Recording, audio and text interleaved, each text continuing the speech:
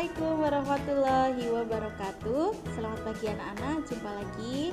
Pada pagi hari ini Budita, Pak Mo, dan Bui akan memberikan materi tema 3 muatan PPKN.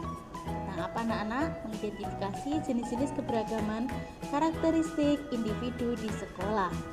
Sebelumnya Budita akan jelaskan keberagaman tugas di rumah ya. Nah, Budita akan bacakan, anak-anak bisa memahami. Setiap anggota keluarga memiliki tugas dan tanggung jawab masing-masing. Tugas anggota keluarga sangatlah berbeda-beda. Setiap tugas dilaksanakan sesuai dengan kemampuan. Setiap anggota keluarga harus saling bekerja sama sehingga semua pekerjaan lebih cepat diselesaikan. Nah, anak-anak tahu nggak tugas-tugas di rumah itu apa aja? Ya, salah satunya adalah membantu orang tua. Dengan cara apa? Menyapu, mengepel, dan lain sebagainya.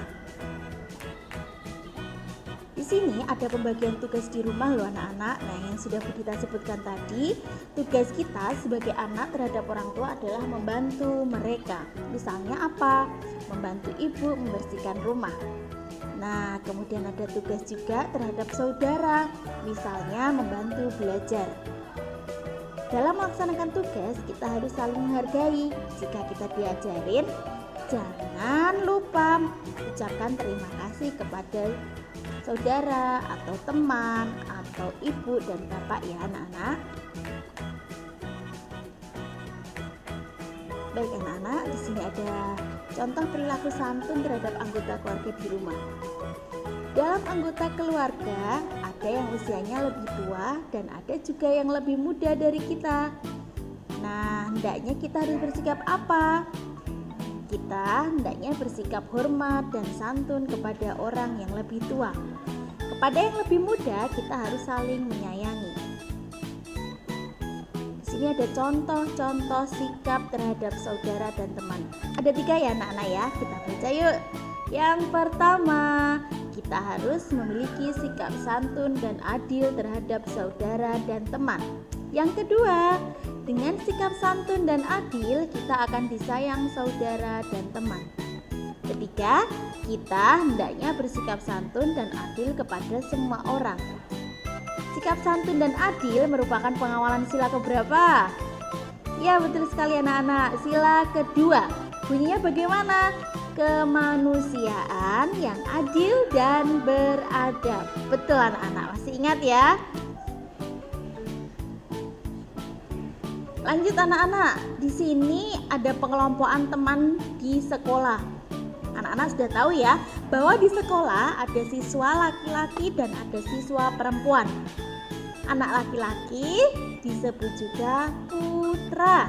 Anak perempuan disebut juga putri.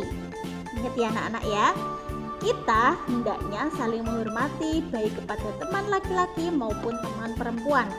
Contohnya apa ya Budita sikap saling menghormati itu? Ya, salah satunya adalah ketika ada teman yang sakit, jangan lupa bilang Bu Guru, jangan malah didiamkan gitu ya. Kemudian dan lain sebagainya ya anak-anak ya. Nah, di sini enak loh anak-anak. Ayo kenali ciri-ciri temanmu. Apakah kamu punya teman laki-laki dan perempuan? Bagaimana ciri-ciri temanmu?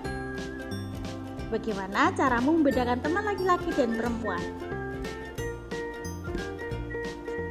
Nih anak-anak nih, terlihat ya pada gambar ya, mana yang laki-laki dan mana yang perempuan, atau mana yang putra, mana yang putri. Siswa laki-laki dan siswa perempuan. Di sekolah ada siswa laki-laki dan perempuan. Kita harus bersikap baik kepada semua teman. Bersikap baik kepada teman akan menciptakan kerukunan. Perbedaan kegemaran di sekolah. Di antara teman-temanmu pasti terdapat banyak perbedaan kegemaran. Ada yang main bola, ada yang main basket, ada yang suka berenang, dan ada yang suka membaca. Kegemaran adalah hal yang disukai, misalnya warna kesukaan, makanan kesukaan, dan hobi. Seperti yang Budita sebutkan tadi ya, ada yang hobinya main bola, ada yang hobinya berenang, ada yang hobinya menyanyi, dan lain sebagainya. Pasti sangatlah berbeda ya antara teman satu dengan teman lainnya. Meskipun berbeda kegemaran, hendaknya kita juga saling menghargai ya. jenisnya. Di sini contoh nih, ada teman kita yang hobinya menyanyi, ada yang hobinya main bola. Walaupun berbeda kegemaran atau hobi, tetap saling menghargai, jadi saling memberi support ya anak-anak ya. Kita tidak boleh mengejek, mengganggu teman yang berbeda kegemaran dengan kita. Sikap menghargai keberagaman di sekolah ada apa aja nih anak-anak ya. Kamu dan teman-teman harus saling menghormati, walaupun berbeda kegemaran, kamu harus tetap saling menghargai. Berteman baik tanpa membeda-bedakan akan menciptakan kerukunan, tidak terjadi pertengkaran. Keberagaman suku bangsa di sekolah. Perlu diketahui anak-anak ya, bahwa di sekolah itu atau di Indonesia ada berbagai macam suku bangsa. Setiap suku bangsa memiliki ciri khas tertentu, misalnya dari pakaian adat, dari bahasanya, makanan khasnya, dan kebudayaan. Anak-anak tahu nggak bahasa yang kita pakai itu bahasa apa? Ya, bahasa Jawa, bahasa Indonesia. Makanan khasnya Jogja apa anak-anak? Betul sekali, gudeg ya. Anak-anak pasti tahu dan anak-anak pasti suka ya. Nah, masih banyak sekali ciri-ciri khas dari suku. Ada suku apa aja ya anak ya. Nah, sebelum masuk ke suku, di sini ada keberagaman agama. Bahwa di Indonesia itu ada 6 agama. Ingat ya anak-anak ya, 6 agama, yaitu Islam, Katolik, Kristen, Hindu, Buddha, dan Konghucu. Kita harus saling menghargai dan menjaga kerukunan dengan teman. Di sini ini anak-anak nih, yang pertama, agama Islam, tempat beribadahnya di masjid. Kemudian untuk ucapan salamnya, Assalamualaikum warahmatullahi wabarakatuh, diakhiri dengan Wassalamualaikum warahmatullahi wabarakatuh. Yang kedua, Kristen dan Katolik sama ya anak-anak ya, tempat beribadahnya di gereja. Ucapan salamnya yang dipakai adalah salam sejahtera, semoga Tuhan memberkati. Yang keempat ada Hindu, beribadahnya di pura. Nah, untuk salamnya adalah awalnya Om Swastiastu dan akhirnya Om Santi atau Om. Yang kelima ada Buddha, tempat ibadahnya yaitu di wihara. Untuk ucapan salamnya nama budaya. Yang terakhir Konghucu, tempat beribadahnya adalah di kelenteng. Ucapan salamnya adalah Sian Hyo Yidi.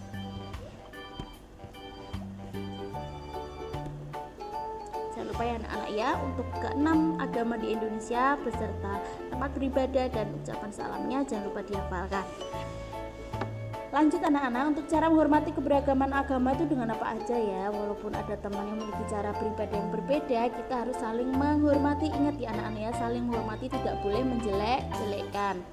Sikap saling menghormati dapat menciptakan kerukunan. Contoh sikap yang dapat menciptakan kerukunan beragama adalah dengan cara mengucapkan salam. Yang sudah kita ucapkan tadi, ada berbagai macam ucapan salam dari agama Islam, Kristen, Katolik, Hindu, Buddha, dan Konghucu. Menjaga kerukunan itu dengan saling apa? Saling menghormati antar pemeluk agama dapat menciptakan kerukunan. Kerukunan agama dapat kita terapkan di sekolah. Nah, berikut contohnya ya anak-anak ya, perlu dilihat di gambarnya. Contoh berikut adalah bermain bersama tanpa membeda-bedakan, baik laki-laki maupun perempuan. Nah, yang kedua adalah tidak mengganggu ketika teman sedang beribadah. Baiknya ketika teman kita akan beribadah, kita beri waktu atau dipersilakan, silakan Madis beribadah terlebih dahulu. Seperti itu ya anak-anak ya. Nah, di sini ada sikap menghargai keberagaman agama di sekolah. Ada keberagaman agama di sekolah, contohnya adalah sikap saling menghargai dalam keberagaman agama di sekolah. Di sini ada 2 gambar loh anak-anak. Di situ ada bermain tanpa beda-bedakan. Nah, tuh ada bermain bareng-bareng. Kemudian di sini ada menghormati guru dengan cara apa? Ketika bertemu atau bertatap muka dengan guru, hendaknya kita berjabat tangan atau ucapkan salam.